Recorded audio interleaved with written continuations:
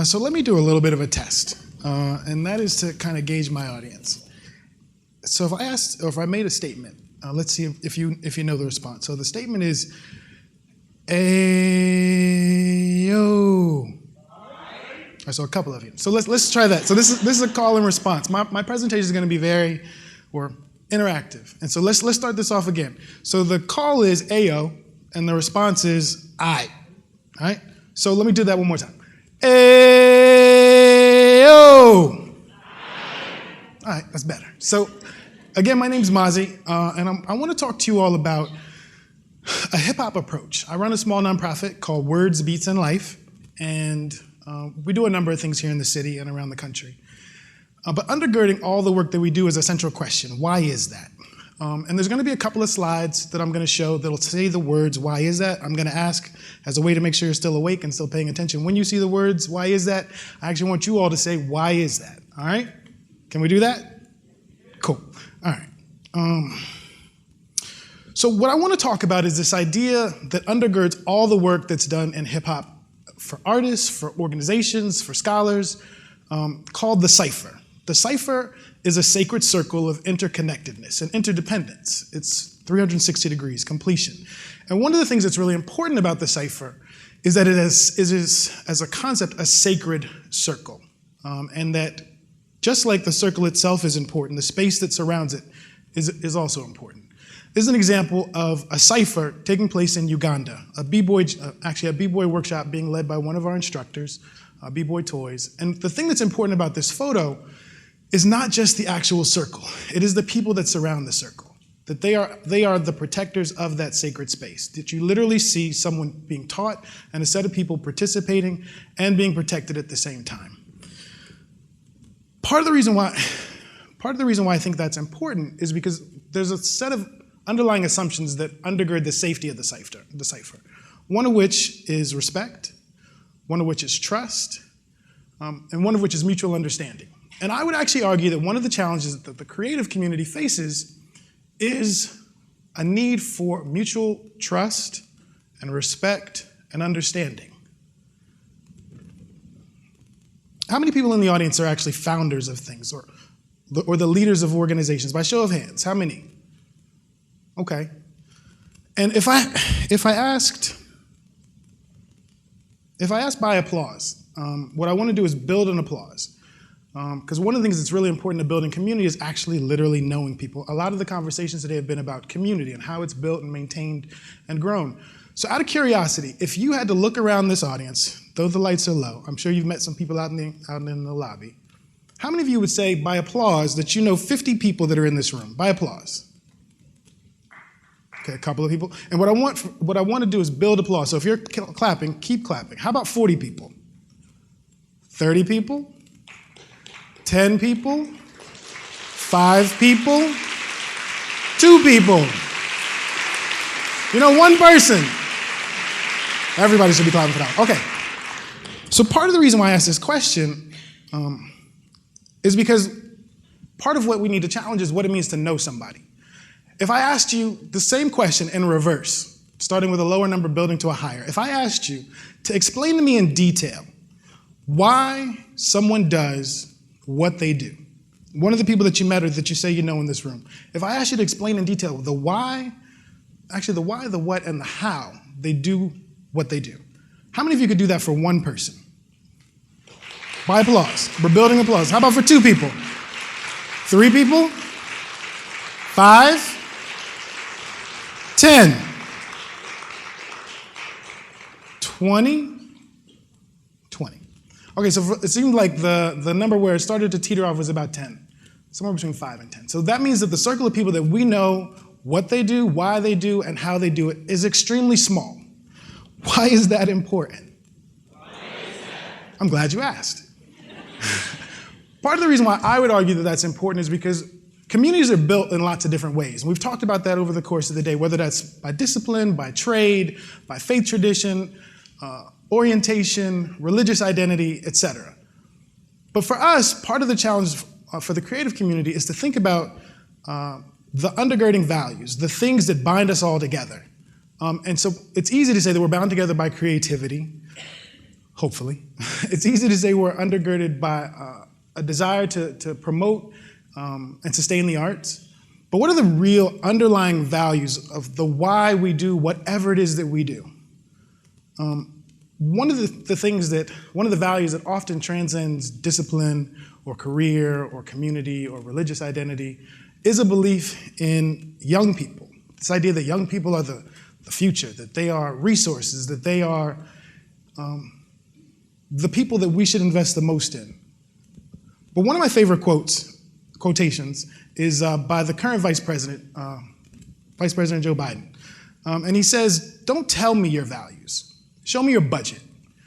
And the reason why this is important to me, or resonates with me, is not just because I'm the executive director of an organization, which means I have to raise money and manage a budget, but because a budget is a reflection of priorities. And so a lot of times when young people are talked about, we talk about young people and investments in terms of the money that gets put into schools or gets put into after-school programs or gets put into parks. But I think that part of the challenge that we have to take on as a creative community is not just to talk about money, but to talk about investments and budgets. Budgets are also time, how you manage your time, where you place things in terms of being priorities. It's easy to talk about young people being priorities, particularly when they're young, when they're cute and young, and they remind us of things that we used to do. And as a society, we reward the idea of being a young person by saying that you get lots of things for free. You get free room and board, even though your parents or the state in some cases has to pay for it. You get a free education for the most part, and you get free medicine.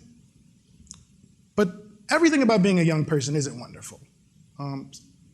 I'm pretty sure most of you could think of some of the things that weren't so great about being a young person. And some of the news as of late isn't just about economics, but about access and about perceived threat.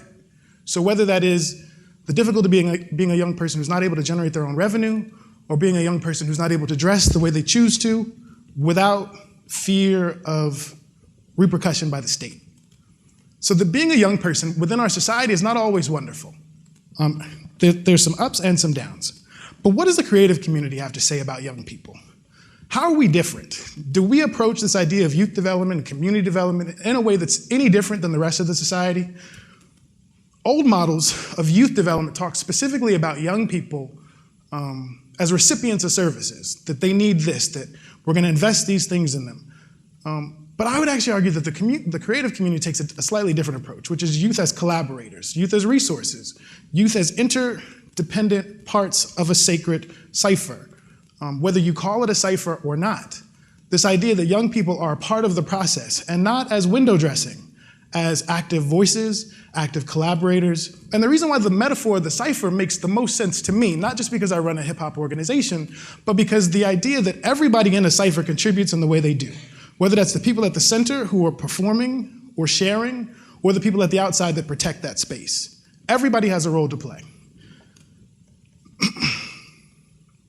I would actually argue that most of the work that I do employs a hip-hop approach. And that's a lot of what I want to talk about.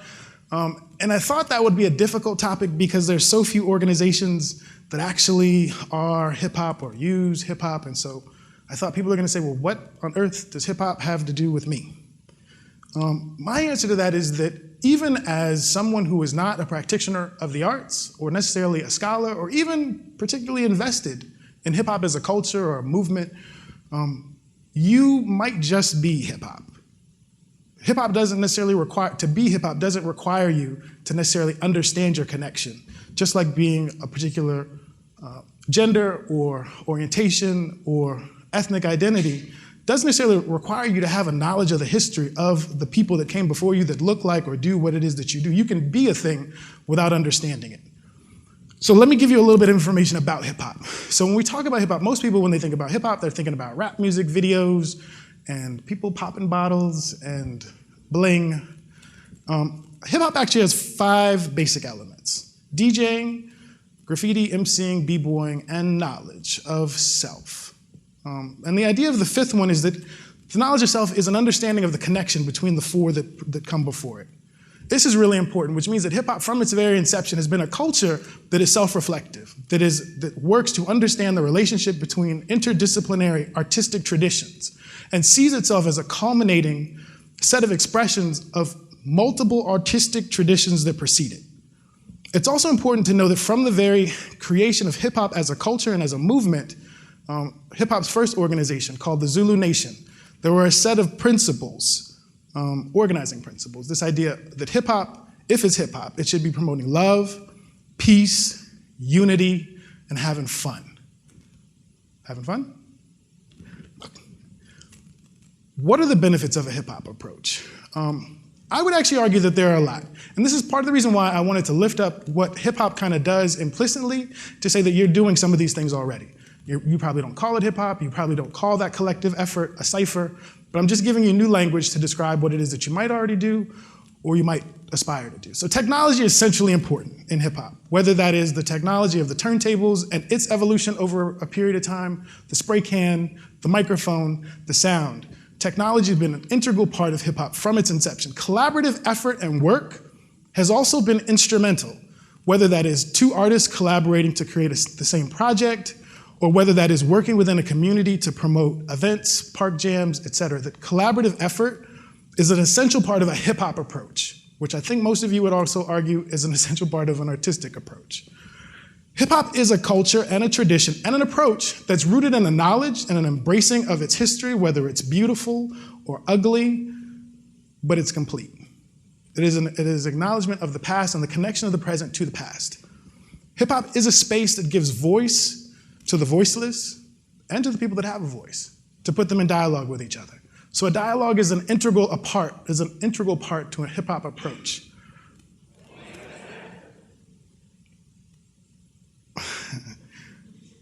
The reason why, I'm glad that some of you are still awake. The reason why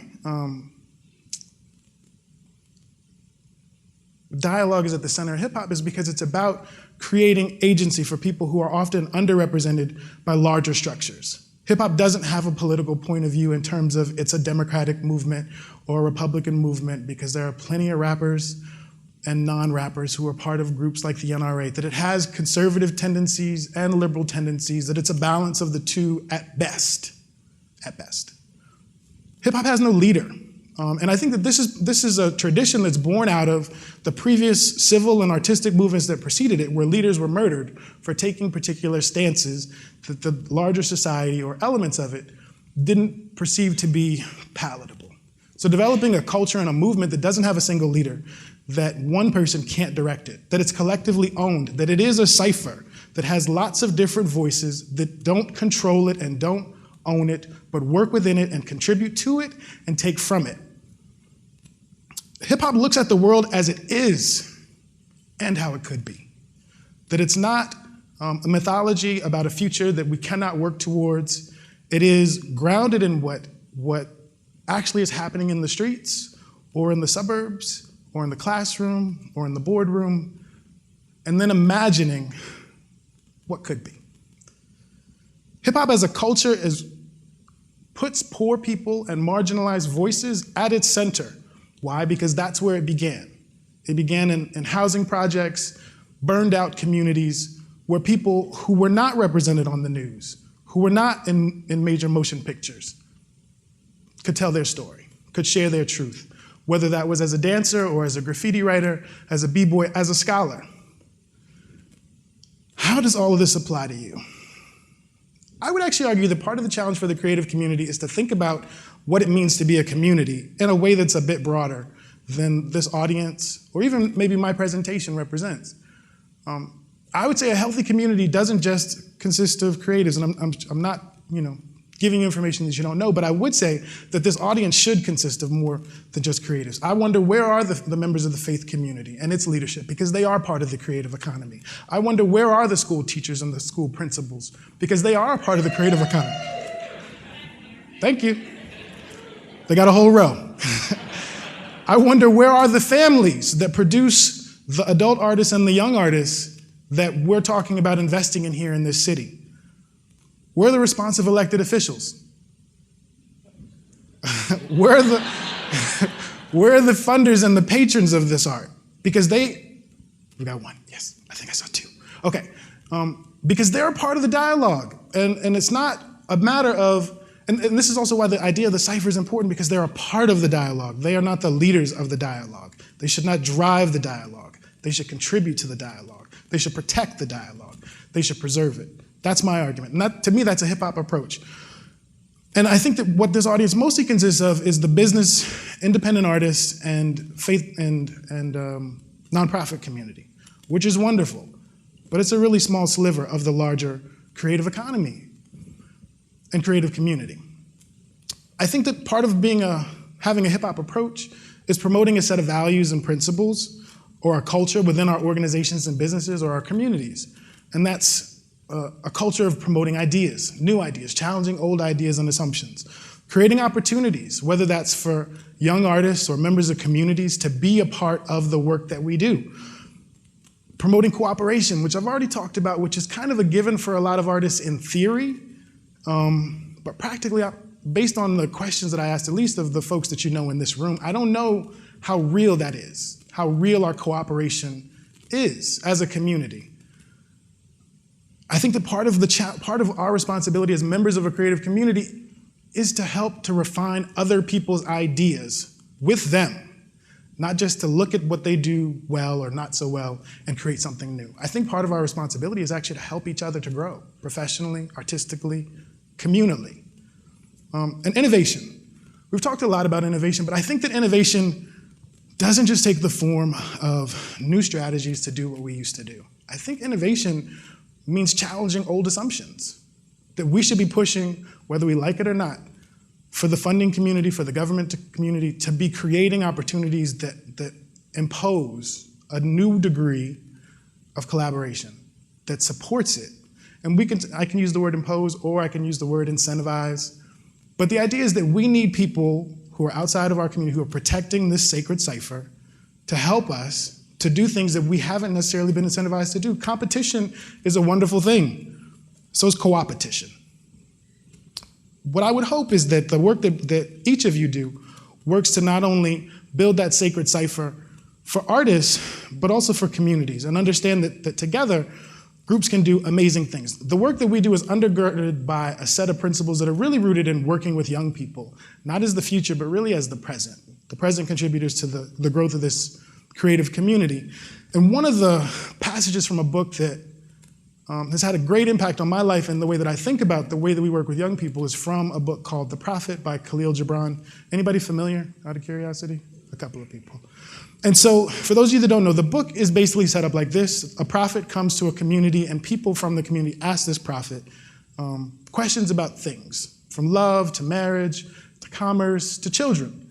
And this quote has always stuck with me. Your children, and this was the answer to the question about what about children when they asked this prophet. He said, your children are not your children. They are the sons and daughters of life's longing for itself. They come through you, but not from you. Though they are with you, yet they belong not to you. You may give them your love, but not your thoughts, for they have their own thoughts. And part of the reason why I wanted to bring this quotation into this presentation is because I think part of the challenge for people, whether it's creatives in general and ideas, that for some folks, their ideas are kind of their children. This idea that they don't, and I know this is really difficult in a creative economy conversation, but they don't belong to you. Your ideas are, at best, the culmination of a set of human experiences, a set of experiences that you've had that people have shared with you. You are a collaborator, even in your own ideas. I got applause for that one? Okay. And I think for folks that work with young people, this is an especially important idea because part of the challenge that we have as youth development specialists or people that work with young people is that we don't necessarily have a sacred cipher, a sacred circle of interdependence and collaboration among each other because we're generally encouraged to get kids and keep kids, and these are our kids, and they don't go anyplace else. And I think that when I think back over my own life, part of what's informed my own development as a person is the fact that I have a biological family, a place that I call home. But periodically throughout the year, my family would send me to other parts of my family so that they could inform my development, so that I wasn't just my parents' children, I was my family's child. And I think that part of what we have to do when we think about young people is shift the paradigm.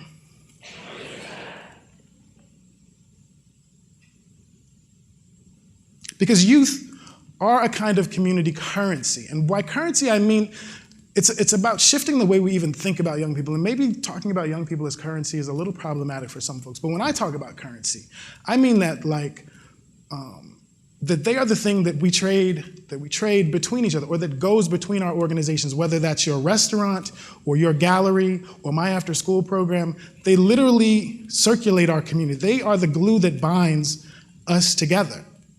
Whether we acknowledge that or understand that or not, they are literally the glue that binds our community together, whether you have children or grandchildren or no kids in your neighborhood. The children of our city, the children of our community bind us together.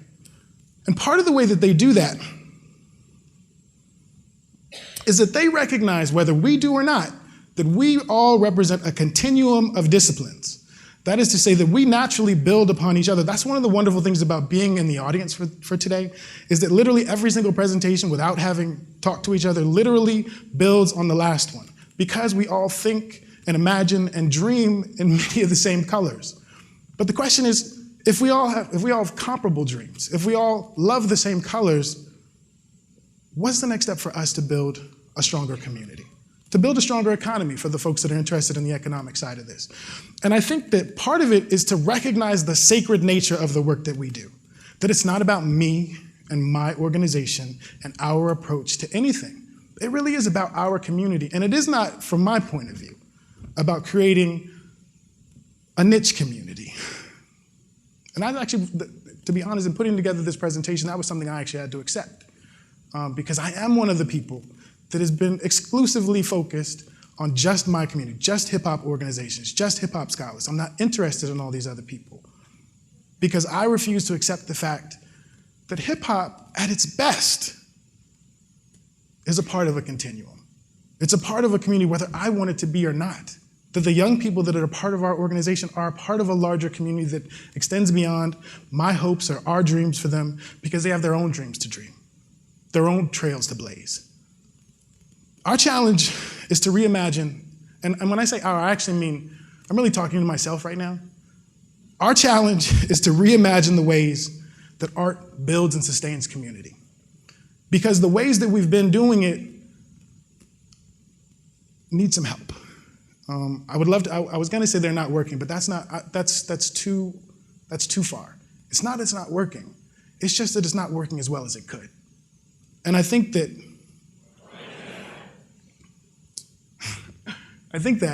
the reason why that is because a simple question, a question like, why is that, could radically change the direction of this community. Thank you.